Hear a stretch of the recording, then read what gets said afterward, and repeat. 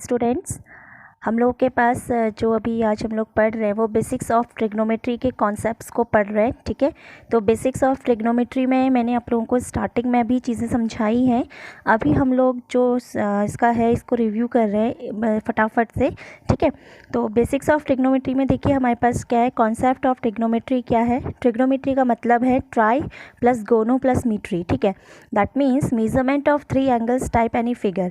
और ऐसा फिगर जो होता है वो हमारा जो हम इसमें लेते हैं ट्रिग्नोमेट्री में वो होता है राइट एंगल ट्रायंगल। ठीक है, तो राइट एंगल ट्रायंगल को ही इसमें हम क्यों लेते हैं, तो इसमें हमारे पास इसका रीज़न ये होता है क्योंकि राइट एंगल ट्रायंगल एक ऐसा ट्रायंगल होता है जिसकी जो साइड्स होती हैं उनके साइड्स के बारे में हम लोग बता सकते हैं कि इसकी ये साइड ये वाली है, उसका नेम दे सकते हैं, नेमिंग हो सकता है उसका। ठीक है, जैसे कि लिखा हुआ भी है, in trigonometry we learn about right angle triangle because in right angle triangle we have name of their 3 sides. ठीक है, तो देखो यहाँ पे हम जब आगे देखें तो हमारे पास एक ट्रिग्नोमेट्री में एक राइट एंगल ट्रायंगल है। ठीक है, तो फर्स्ट राइट एंगल ट्रायंगल हमारे पास जो है वो कौन सा है, देखो फर्स्ट राइट एंगल ट्रायंगल में हमारे पास है कि ये वाला राइट एंगल ट्रायंगल है और दूसरा राइट एंगल ट्रायंगल है दिस वन। ठीक है, तो राइट एंगल ट्रायंगल में ABC राइट एंगल ट्रायंगल में अगर हम अपना C को एंगल लेते हैं, ठीक है, तो एक चीज़ ध्यान रखिए, इसकी 3 साइड्स जो होती है उनमें एक होता है हाइपोटेनियस, एक होता है परपेंडिकुलर और एक होता है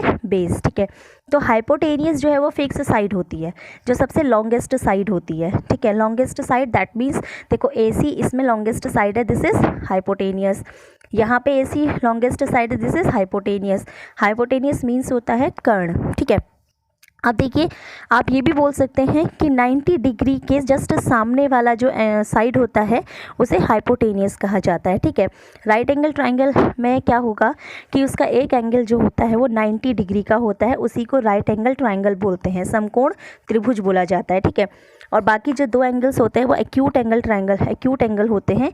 एक्यूट एंगल मतलब हुआ आपका ऐसे एंगल्स जो लेस देन 90 होंगे। ठीक है, अब देखिए हमारे पास हाइपोटेनियस के लिए डेफिनेशन आ गया कि हाइपोटेनियस फिक्स होता है, सबसे लॉन्गेस्ट साइड होती है। ठीक है, अब देखो अगर आप एंगल C को लेते हैं, B तो फिक्स है 90 डिग्री, अगर आप थीटा एंगल C को लेते हैं तो ये C के जस्ट सामने वाली साइड को परपेंडिकुलर कहा जाता है। जो C के जस्ट सामने होगी उसे क्या बोला जाएगा, परपेंडिकुलर बोला जाएगा। ठीक है, C के जस्ट सामने वाली साइड होती है आपकी परपेंडिकुलर, और जिस पर C बना होता है उसे बोला जाता है बेस। ठीक है, तो देखो परपेंडिकुलर और बेस के लिए क्या डेफिनेशन है कि जो एंगल है उसके जस्ट सामने वाली जो साइड होगी उसे परपेंडिकुलर कहा जाएगा। ठीक है, और बेस क्या होगा, जिस पर C बना होगा, या बोल सकते हो रिमेनिंग साइड बेस होगी, जो बची हुई साइड है। ठीक, अब देखो अगर आप इस C की जगह पे एंगल A को ले लेते हैं तो अभी A के जस्ट सामने वाली साइड कौन सी है, BC है, तो इसे हम परपेंडिकुलर बोलेंगे। ठीक, ये बहुत ज़्यादा इंपॉर्टेंट फैक्ट है, इस पर बेस्ड क्वेश्चन अगर आएगा तो बच्चे बहुत ज़्यादा गलती करते हैं। ठीक है, या तो आप एंगल हमेशा यहाँ इस साइड में बनाइए, ठीक है, जहाँ पे C है उसी को हमेशा थीटा कंसीडर कीजिए। अगर आपने ऊपर ले लिया तो आप ये मत सोचिए कि परपेंडिकुलर ये वाला है, AB है, जिस एंगल को हम कंसीडर कर रहे हैं उसके सामने वाले को परपेंडिकुलर बोलते हैं, उसके एंगल के जस्ट सामने वाली साइड को यहाँ पे परपेंडिकुलर बोला जाता है। ठीक है, अब देखो यहाँ पे हमने परपेंडिकुलर ले लिया, हाइपोटेनियस फिक्स है, और तो AB अब बन जाएगा तुम्हारा क्या, बेस, जिस पर एंगल बना हुआ है उसे बोल देंगे हम यहाँ पे क्या, बेस। ठीक है, तो यहाँ पर एंगल के जो सामने वाली साइड होती है उसे बेस उसे परपेंडिकुलर बोला जाता है, जिस पर एंगल बना है वो बेस होगा। ठीक है, और एक 90 डिग्री के जस्ट सामने वाली साइड होती है हाइपोटेनियस। सबको ये समझ में आ गया होगा, फिक्स है। ठीक है, तो ये हमारा इसका ट्रिग्नोमेट्री में थीटा के बारे में डेफिनेशन था। ठीक है, अब देखो हम क्या लेते हैं नेक्स्ट, अब आगे चलते हैं। ठीक, नेक्स्ट स्लाइड में हम लोग चलते हैं, अगली स्लाइड में। In case of right angle triangle hypotenuse is same in all cases but base and perpendicular changes according to theta. यही चीज़ आपको मैंने अभी तक समझाई है यहाँ पे। ठीक है, ये चेंज होता है अकॉर्डिंग टू थीटा के, ये चेंज होता है। ठीक है, अब देखिए हमारे पास नेक्स्ट आता है, अब आता है ट्रिग्नोमेट्रिक रेशियोज़ क्या होते हैं। ट्रिग्नोमेट्रिक रेशियोज़ का मतलब है कोई ऐसे फंक्शंस के बारे में हम लोगों को स्टडी करना होता है जो राइट एंगल ट्रायंगल की जो साइड है और उसमें जो हमें एंगल दिया हुआ है उसके बीच में जो रिलेशन बता दे वो हमारा ट्रिग्नोमेट्रिक रेशियो होगा। ठीक है, ट्रिग्नोमेट्रिक रेशियो में देखो 6 ट्रिग्नोमेट्रिक रेशियोज़ हैं। उन 6 ट्रिग्नोमेट्रिक रेशियोज़ में आपके पास 3 ट्रिग्नोमेट्रिक रेशियोज़ जो होते हैं वो बेसिक ट्रिग्नोमेट्रिक रेशियोज़ हैं, ठीक है। बेसिक ट्रिग्नोमेट्रिक रेशियोज़ हमारे पास हैं।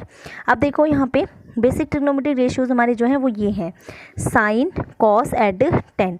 बाकी जो बचे हुए 3 ट्रिग्नोमेट्रिक रेशियोज़ होते हैं वो इसके मल्टीप्लिकेटिव इन्वर्स होते हैं, ठीक है। जैसे साइन ए लिखा हुआ है, साइन थीटा भी आप इसे बता सकते हैं। साइन ए मतलब ए एंगल को शो कर रहा है, ठीक है। ये होता है परपेंडिकुलर अपॉन हाइपोटेनियस। साइन ए का मतलब हो गया परपेंडिकुलर अपॉन हाइपोटेनियस, मतलब लंब बट्टे कर्ण, ठीक है। अब मैंने क्या बोला कि बाकी 3 रेशियोज़ जो है इसके मल्टीप्लिकेटिव इन्वर्स हैं, तो इसलिए हमारे पास जो कॉसेक ए होगा साइन का मल्टीप्लिकेटिव इन्वर्स होता है, इसीलिए कॉसेक ए की वैल्यू होती है हाइपोटेनियस अपॉन परपेंडिकुलर, ठीक है। तो साइन का मल्टीप्लिकेटिव इन्वर्स हो गया कॉसेक, ठीक है। फिर आता है कॉस। कॉस का मतलब हो गया बेस अपॉन हाइपोटेनियस, मतलब आधार बट्टे कर्ण, ठीक है। और इसका जो मल्टीप्लिकेटिव इन्वर्स होता है वो होता है सेक ए, यानी कि हाइपोटेनियस अपॉन बेस, ठीक। फिर आता है हमारे पास टेन ए। तो टेन ए का वैल्यू होता है परपेंडिकुलर अपॉन बेस, ठीक है। और इसका मल्टीप्लिकेटिव इन्वर्स होता है कॉट ए, यानी कि बेस अपॉन परपेंडिकुलर, मतलब आधार बट्टे लंब। तो ईजिली ये याद हो जाते हैं, ठीक है। लेकिन इसको याद करने का अगर आपको तरीका ही ढूंढना है तो आपको इसका तरीका भी होता है। देखो हमारे पास क्या है, पंडित, बद्री, प्रसाद, हरि हरि बोले, सोना चांदी तोले, ठीक है।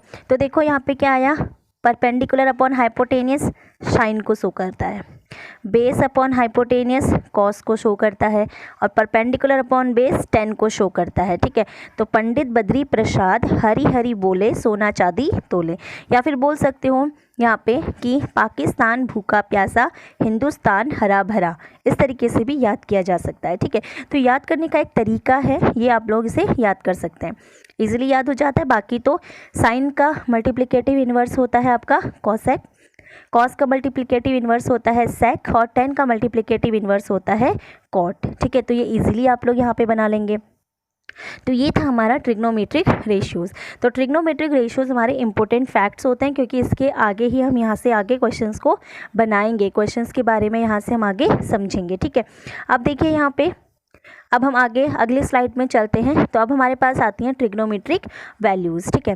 ट्रिग्नोमेट्रिक वैल्यूज़ हमारे पास आती हैं। तो ट्रिग्नोमेट्रिक वैल्यूज़ को हम कौन कौन सी वैल्यूज़ होती हैं, तो हम जो लेते हैं यहाँ पे ट्रिग्नोमेट्रिक चार्ट में, वैल्यूज़ के चार्ट में, वो 0 डिग्री, 30 डिग्री, 45 डिग्री, 60 डिग्री और 90 डिग्री को यहाँ पे लिया जाता है, ठीक है। साइन, कॉस, टेन, कॉट, सेक, कॉसेक की हम यहाँ पे वैल्यूज़ लिखते हैं।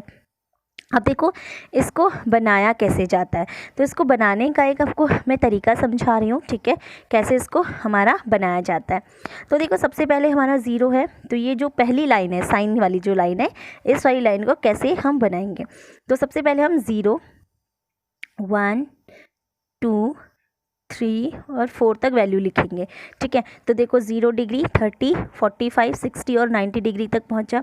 उसके बाद इसे जो सबसे बड़ी डिजिट है उससे डिवाइड कर देंगे। तो 4 से हमने इसे डिवाइड कर दिया, हमने सारे टर्म्स को 4 से डिवाइड कर दिया है, ठीक है।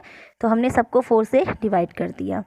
आया जो भी चीज़, देखो यहाँ 0 आया, यहाँ 1/4 आया, यहाँ 1/2 आया, यहाँ पे 3/4 ही आएगा, और यहाँ पे आएगा 1, ठीक है। जो भी टर्म आया उस टर्म को हमें अंडर रूट में ले लेना है फिर, ठीक है। स्टेप बाय स्टेप समझिए सारी चीज़ों को, हमने उसे फिर किस में ले लेना है, अंडर रूट में, ठीक। अब देखो 0 का अंडर रूट क्या होता है, 0 आया वैल्यू, अंडर रूट 1/4, 1 का अंडर रूट 1, 4 का अंडर रूट 2, तो बन गया कितना 1/2, 1 का अंडर रूट 1, 2 का अंडर रूट कुछ नहीं होता इसलिए अंडर रूट 2 लिखा हुआ है, 3 का अंडर रूट कुछ नहीं होता तो अंडर रूट 3 आ गया, 4 का अंडर रूट हो गया 2, अंडर रूट 3/2, और 1 का अंडर रूट 1। तो बन गई साइन की पूरी वैल्यू, यहाँ पे आ गई ना, साइन की पूरी वैल्यू आ चुकी है। अब देखो साइन की वैल्यू आ गई, कॉस की वैल्यू इसकी अपोजिट आती है, पीछे से आगे की तरफ को जो लिखा है उसे आगे से पीछे की तरफ को लिख दो। कॉस 0 होगा 1, इसको यहाँ लिखिए। फिर कॉस 30 होगा, 60 की जो वैल्यू है ना ये वाली, इसको कॉस 30 में लिखिए। 45 पे सेम होती है वैल्यू 1/2, कॉस की जो 60 पे वैल्यू होगी वो साइन 30 की वैल्यू होगी 1/2, और कॉस की 90 पे वैल्यू होगी 0, ठीक है। जो चीज़ हमारी इसमें यहाँ से यहाँ चली, ठीक है, जो चीज़ हमारी साइन में इस तरफ को यहाँ पे गई है, साइन में जो वैल्यू हमारी इस तरफ को गई, कॉस में वही वैल्यू इस तरफ को आई। और टेन का मतलब क्या होता है, देखो टेन का मतलब होता है tan is equals to sine upon cos. ये फॉर्मूला होता है, आगे जाके हम पढ़ेंगे इसे, ठीक है, sign upon cos.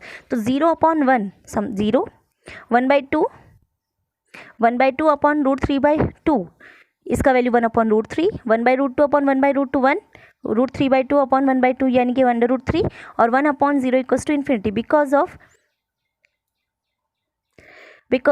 Something upon 0 is equivalents to infinity, मतलब हमारे पास ये अपरिभाषित है, ठीक है। और अगर समथिंग अपॉन इन्फिनिटी आता है दैट मीन्स 0, ठीक है। तो ये कॉन्सेप्ट भी ध्यान में रखना है।